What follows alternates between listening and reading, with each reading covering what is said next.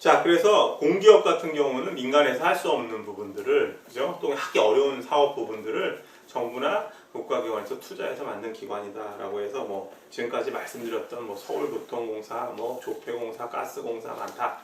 그러나 유사 기관들이 좀 중복되어 있다. 통폐합을 우리가 생각해 볼 필요가 있다라는 말씀을 좀 드렸고요. 그 다음에 이제 공단 같은 경우에는 국민연금 같은 경우, 그죠? 그 다음에 우리 의료원 같은 경우도 있죠. 그래서 뭐 건강보험 공단 해가지고 이런 공단들이 있고요. 그 다음에 뭐 서울시설공단이라는 경우도 있어요. 상암 월드컵 경기장 관리하는 이런 공단들이 있고, 그 다음에 공사합동기업들은 우리가 이런 말을 쓰기도 해요. 믹스드 코퍼레이션이라는 말을 쓰거든요.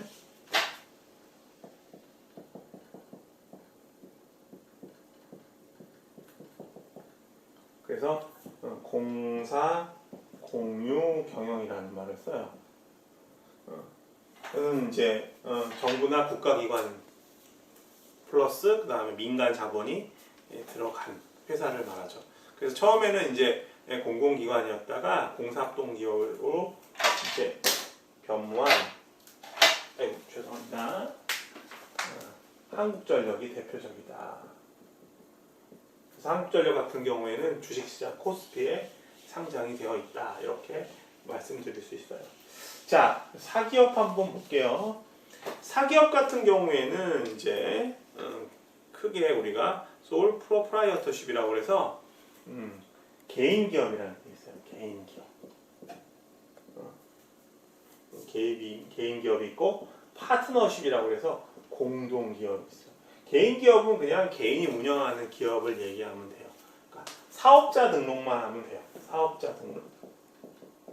자, 개인 기업 설명할 때 제가 가상의 회사를 하나 만들어서 제가 말씀을 드릴게요. 검은색으로 써요. 자, 기억하세요. 우원스 닭도리. 닭도리탕 다 좋아하시죠? 또 지금 또 제가 뭐 닭도리탕으로 또 일본말 썼다고 또 뭐라고 하실 수 있는데, 여기서 토리는 새가 아니에요. 일본에서 말하는 이 토리는 토막치다라는, 도리치다라는 말이 있거든요. 그래서 닭을 토막 내가지고, 사실 우리가 이걸 뭐 순화한다고 해서 닭볶음탕이라고 하는데 실제로 닭도리탕에서 닭 볶진 않잖아요. 끓이잖아요. 그죠? 탕이죠. 그래서 닭볶음탕이에요. 좀 어울리지 않는 것 같아요. 도리치다는 우리 말이 있으니까 닭도리탕 마음껏 쓰세요. 자꾸 펜을 떨어뜨리고 제가 자, 계속 이어서 보겠습니다. 우원스 닭도리탕을 가지고 제가 설명을 드릴게요. 자, 우원스 닭도리탕이라는 어떤 음식점을 낸다. 그러면 사업자 등록만 하면 된다 라는 거죠. 다시 얘기해서 법인이 아니라는 얘기예요. 그러니까는 운영을 함에 있어서 상당히 신속한 의사결정을 할 수 있게 되죠. 자기 회사니까. 자, 이건 조금 이따 설명을 드리고, 자, 공동기업 계속 볼게요. 공동기업에는 이제 소수 공동기업이 있고 스몰 파트너십, 소수 공동기업이 있고, 그 다음에 다수 공동기업입니다. 다수. 소수 공동기업을 우리가 얘기할 때는 뭐 한명회사, 합자회사, 유한회사, 유한책임회사, 다수공동은 주식회사 이렇게 이야기를 하는데요. 최근 들어서 유한회사 같은 경우에는 소수공동기업이라고 보기 어려울 정도로 인원수가 많아졌어요.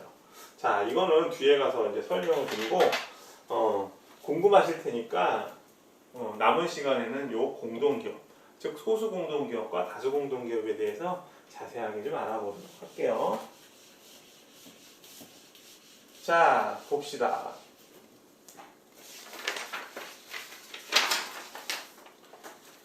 자, 개인기업 같은 경우에는 조금 전에 말씀드렸듯이 우리 10페이지 보는 거예요. 지금 10페이지 보면 개인기업과 법인기업을 표로 정리해서 비교하고 있죠. 개인기업 같은 경우에 사업자 등록을 하면 된다. 그래서 우원스 닭돌이 그랬을 때 예를 들면은 종로 3가에 우원스 닭도리집을 냈어요. 개인기업. 그럼 사업자 등록만 하면 돼요. 그래서 종로 3가에 대개 이제 본점을 내서 잘 됐다. 그러면 이제 제가 광화문에 2호점을 낼 수 있죠. 광화문점. 그리고 광화문점도 되게 잘 됐어요. 그럼 어떻게 돼요? 신촌점 낼 수 있어요. 그럼 신촌점 되게 잘 되면 동대문점 낼 수 있고. 그러면 이제 업체가 지금 4개가 되잖아요. 그런 경우 이제 세금은 어떻게 부과하면 돼요? 법인 같은 경우에는 법인세를 내면 되는데 법인이 아니니까 이런 경우에는 각각의 소득의 기준에 맞춰서 그 소득을 다 합쳐서 세금을 부과하는 종합소득세를 내면 되는 거죠. 개인사업자이기 때문에 법인세를 내는 게 아니라요. 법인이라는 게 뭐냐면요. 어떤 법적인 주체를 생각하는 거예요. 사람처럼. 회사를. 법인에 대한 얘기는 조금 이따가 하기로 하고요. 자, 이해되셨죠? 그래서 세금은 종합소득세를 낸다. 그 다음에 배당이 불가하다. 배당 당연히 불가하죠. 배당 그러면은 주식 생각하시면 돼요. 주식을 배당한다. 그러니까 주식을 배당하는 경우에는 주식회사 같은 경우밖에 없죠. 개인기업 같은 경우에 주식을 발행을 하지 못하잖아요. 개인이 사업 운영에 필요한 자금을 스스로 다 조달하는 거니까. 은행에다가 담보를 잡혀서 돈을 빌린다든가 자기가 번 돈을 투자한다든가 이렇게 돼서 주식이 없으니까 당연히 배당 불가되고요. 그러니까 그로 인해서 큰 자본은 우리가 조달하기가 어렵죠. 그죠? 저 같은 경우 이제 제가 우원스 닭돌이라는 가게를 운영을 해요. 개인 사업을 할 때. 그럼 사업 자금을 광화문점, 신촌점, 동대문점으로 확대했을 때 제가 은행에서 빌릴 수 있는 돈은 한정이 있겠죠. 은행에서 제 집 저당 잡혀놓고 돈 빌리는 거. 예를 들면 한 100억 이상 이렇게 돈을 갖다가 빌리기가 쉽지가 않겠죠. 많이 빌려야 한 10억 정도, 그죠? 그러니까 자본 조달에 한계가 있다는 거고요. 그죠? 그 다음에 의사결정 방식을 봤을 때는 자유롭고 신속하다. 당연해요. 예를 들면 우원스 닭도리가 안 되면 뭘로 바꾸면 돼요? 바로 이름만 바꾸면 돼요. 우원스 소고기 이렇게. 아니면 우원스 오리 이런 식으로 바꾸면 되죠. 간판만. 똑같은 음식점이니까 간판만 바꾸면 되죠. 이름 좀 수정하고요. 그리고 독단 발생 가능성이 있다. 자, 예를 들면 제가 주식회사 같은 경우에 비교해서 볼게요. 지금 본점이 잘 돼서 광화문점을 냈는데 광화문점도 너무 잘 돼요. 그러면 이제 더 투자를 하고 싶잖아요. 근데 예를 들어서 투자를 하고 싶고 사업 어떤 기회를 노려서 다른 사업에 진출하려고 할 때 주식회사 같은 경우에는 주주들의 동의를 얻어야만 가능하잖아요. 주주총회 같은 경우. 그죠? 원칙적으로는. 근데 그게 어렵죠. 저 개인 기업에서는. 왜냐하면 주주가 없고 내 기업이니까 내 마음대로 할 수 있는 거죠. 그래서 독단 발생 가능성이 있다. 그렇죠? 주주들이 많았다고 하면 내가 개인 기업에서 주인은 난데 나 말고 다른 주인이 있으면 좀 무리하게 확장하는 거 아니야? 좀 조금 더 신중하게 생각해 볼까? 이렇게 의견을 제시할 수 있죠. 그로 인해서 부채에 대한 무한 책임이 일어날 수 있어요. 신촌이라든가 동대문으로 무한정으로 확장하다가 예를 들면 광화문점에서 닭도리탕을 먹는데 음식이 좀 잘못돼서 상한 음식을 먹어서 소비자들이 막 병원에 입원을 했어요. 그런 경우 요새 어떤 부정적인 보도들이 많이 나오고, 그죠? 언론에 보도되고, 각종 웹사이트에다가 우원스 닭도리의 광화문점에서 음식 먹었다는 사람들이 병원에 입원해서 생사를 오가고 있다. 이런 기사가 나면 신촌과 동대문에 투자했던 금액들을 회수하기 어려울 거예요. 돈 잔뜩 빌려와서. 근데 그런 경우 그 부분까지도 다 책임을 져야 된다. 그죠? 부채에 대한 무한 책임을 져야 된다. 그 돈을 더 못 가면은 감옥을 가야죠. 그죠? 남의 돈 빌려와서 못 들어가면. 그리고 처음에는 본점을 운영하다가 이제 광화문점, 신촌점, 동대문점 생기면 이 4개 지점을 다 관리한다는 게 우원 혼자서 쉽지가 않죠. 그래서 경영에 있어서 관리 능력의 한계가 발생할 수 있다. 그래서 이런 경우 이제 혼자서 운영을 못하는 경우는 이렇게 확장이 되면은 우리가 프랜차이즈를 우리가 생각해 볼 수 있어요.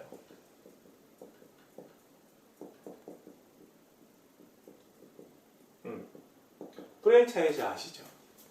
본사에서 지점 관리해주고 여러 가지 음식 같은 거 만드는 거 노하우 전수해주고 그리고 프랜차이즈에 가맹한 가맹점들은 본사에다가 일정의 로얄티만 지급하면 되잖아요. 그죠? 상표 쓰는 거, 원료 쓰는 거 이런 것들 그런 식으로 가야겠죠. 관리 능력의 한계가 왔을 때는. 그래서 개인 기업으로 이제 출발해가지고 성공하신 분들이 음식점 같은 경우에는 프랜차이즈로 사업을 확대하는 경우가 있어요. 자, 이렇게 보시고 그 다음에 이제 법인 기업 한번 볼게요. 법인 기업에서 우리가 생각해 볼 수 있는 기업들은 어떤 게 있는지 한번 봅시다. 법인 기업 그러면 이 상법에 명시되어 있는 회사 형태가 5가지거든요. 한명회사, 합자회사, 유한회사, 유한책임회사.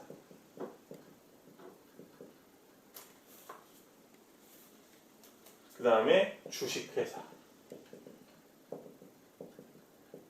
이 5가지인데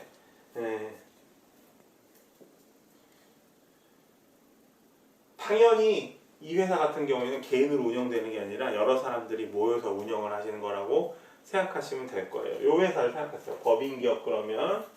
자, 그래서 일단 여러분들이 해당 내용을 읽어보시면 이제 궁금하신 단어들이 나올 텐데 일단 사원과 그 다음에 주주에 대한 개념부터 좀 보고 뒤에서 이제 각 한명회사부터 주식회사까지 제가 설명을 드릴게요. 자, 사원이라는 거 보통 얘기하면 여러분들 앞에 이 말 넣어서 생각해 보실 수 있어요. 회사원, 줄임말 아니야? 뭐 그렇게 보실 수도 있고 거기서 온 말이기도 한데요. 사원은 출자한 사람을 말해요. 해당되는 게 사원이라는 말은 한명회사, 합자회사, 유한회사, 유한책임회사에서 등장하는 사원들은 출자한 사람이에요. 출자했다는 거는 돈, 금액을 출자한 사람들을 말하는 거예요. 주식회사 같은 경우는 출자한 사람을 주주라고 해요. 주식회사 이따 배우겠지만 주식회사 같은 경우 주식을 발행해서 조직 운영에 필요한 돈을 갖다가 얻잖아요. 이렇게 주주는 주식회사랑 매칭을 시키시고요. 사원이라고 했을 때는 한명합자, 유한, 유한책임회사랑 연결시키면 돼요. 회사원이 아니고 출자한 사람이다. 왜 이런 말씀을 드리냐면 이따가 무한책임사원, 유한책임사원 이런 말이 나올 거예요. 유한책임, 무한책임이라는 말은 특히 무한책임이라는 말은 한명회사에서 등장하거든요. 무한책임사원이라는 거는 출자한 돈이 있어. 그리고 경영. 출자와 경영에 대해서 모두 책임을 지는 사람을 말해요. 유한책임사원은 출자만. 요 개념을 좀 알아두시면 좋겠다. 자, 이렇게 정리를 해 두시고요.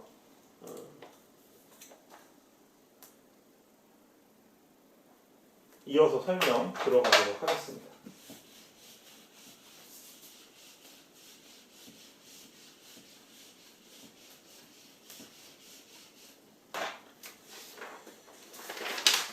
자, 한명회사 같은 경우에 하나 볼게요.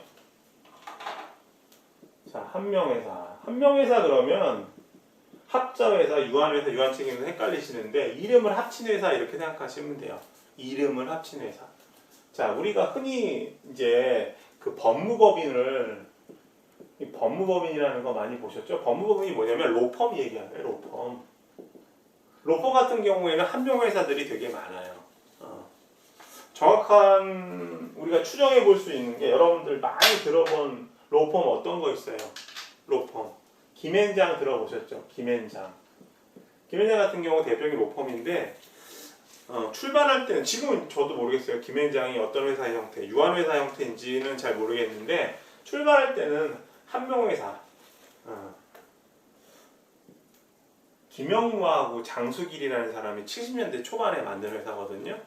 그러니까 한명회사는 무한책임 사원으로 구성된다. 그러니까 이 로펌을 실질적으로 이끌어가는 사람이 누구냐? 2명의 변호사들이죠. 그죠? 경영을 하고 그 다음에 회사 만들 때 돈도 필요할 거 아니에요. 둘이 출자를 하는 거예요. 그래서 한명회사 같은 경우에는 전원 무한책임 사원으로 구성된다. 그러면 우리나라의 한명회사 비율이 높을까요? 낮을까요? 그렇게 높지는 않아요. 그렇게 높지는 않아요. 그래서 법무법인 같은 경우 한명회사 형태로 많이 구성이 되어 있다라는 거. 이렇게 최근에는 이제 유한책임회사로 많이 이제 운영이 되고 있다. 가장 큰 특징은 전원 무한책임 사원이다. 그러다 보니까 어떻게 돼요? 한명회사 같은 경우에는 주로 형제, 친한 친구들끼리 많이 회사를 만들어요. 왜냐하면 완전 공동 운영체잖아요. 둘이 무한 책임져야 되니까. 예를 들면 법률회사 같은 경우 제가 제 와이프가 진 씨인데 이진이라는 로펌을 만들었어요. 변호사라서. 근데 한명회사야. 근데 뭔가 소송이 잘못 걸려가지고 회사가 금액을 물어줘야 돼요.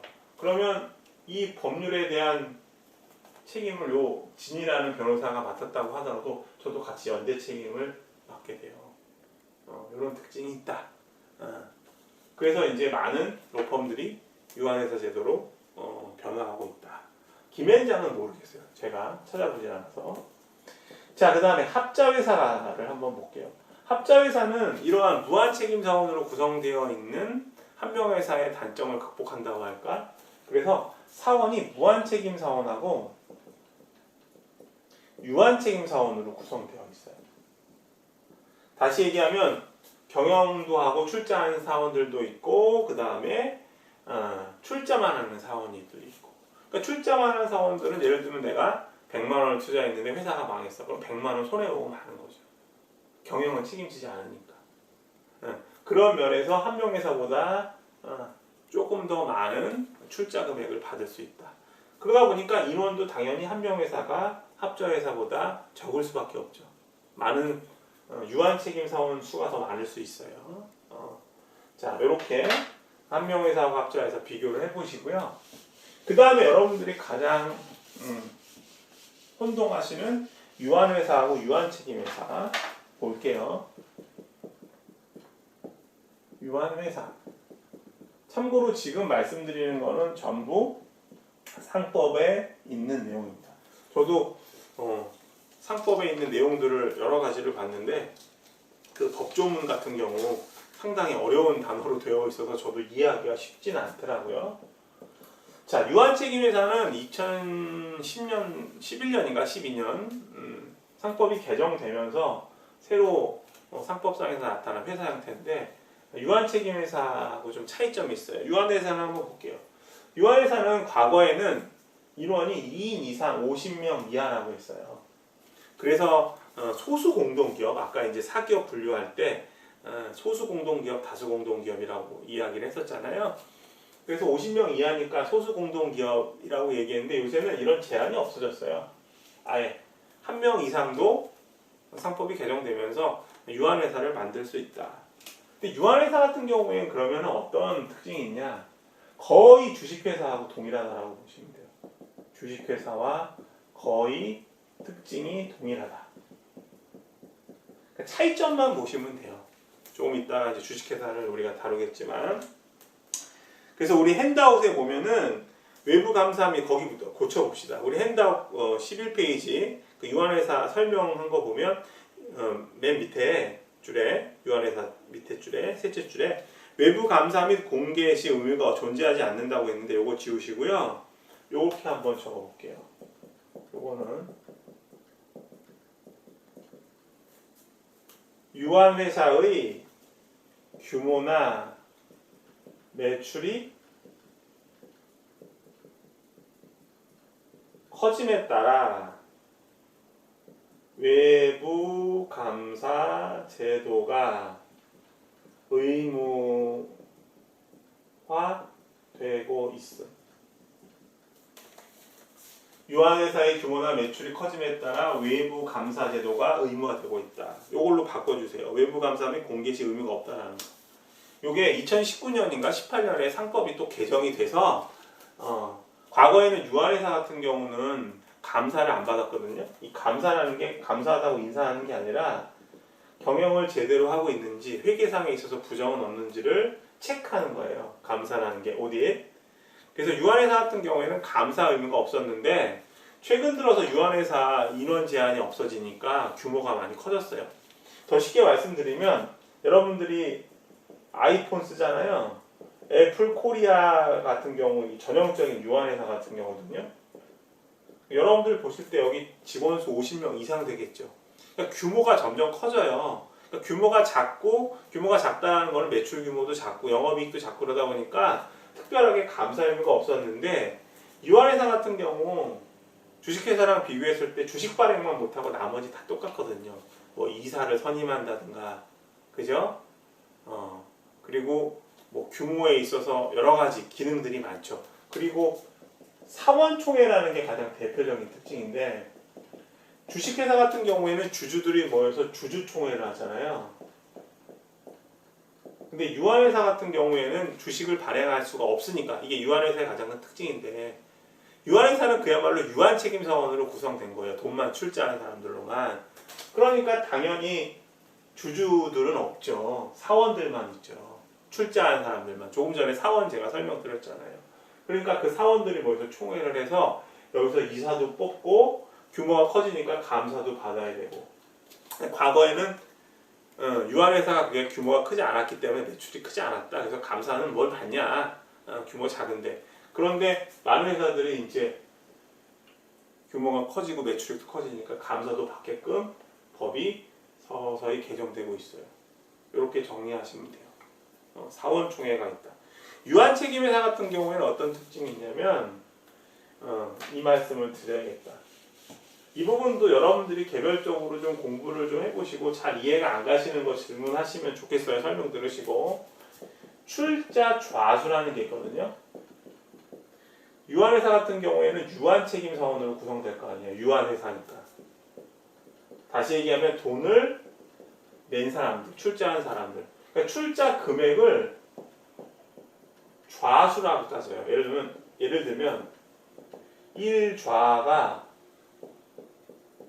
100만 원이다. 그러면 3좌는 얼마예요? 300만 원이에요. 5좌는 500만 원.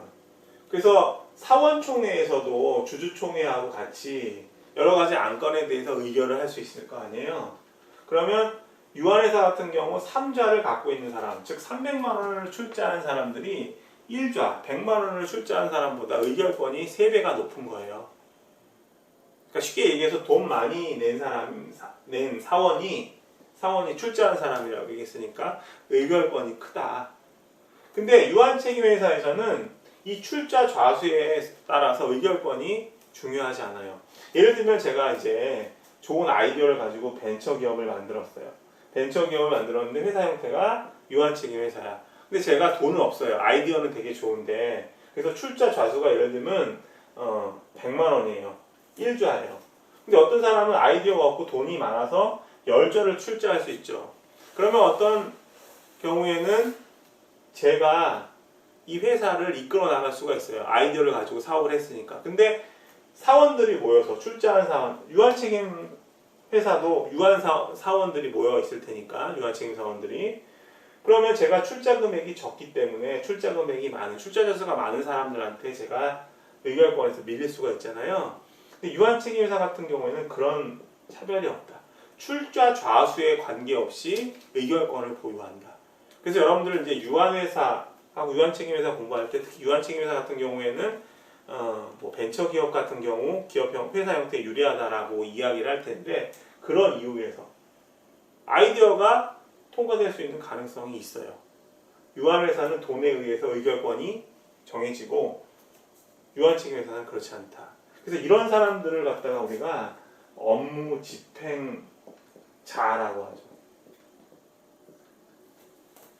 그래서 유한회사 같은 경우에 주식회사와 동일하게 이사, 감사가 거의 존재하고, 이사는 의무고 감사는 옛날에는 뭐 의무는 없었는데 지금은 점점 의무화돼가고 있는 추세고, 유한책임회사의 대표는 대표이사가 아니고 업무집행자고, 업무집행자 같은 경우에는 출자 좌수하고 관계없는 사람이, 관계없이 아이디어나 기업 운영 능력 있는 사람이 될 수 있다.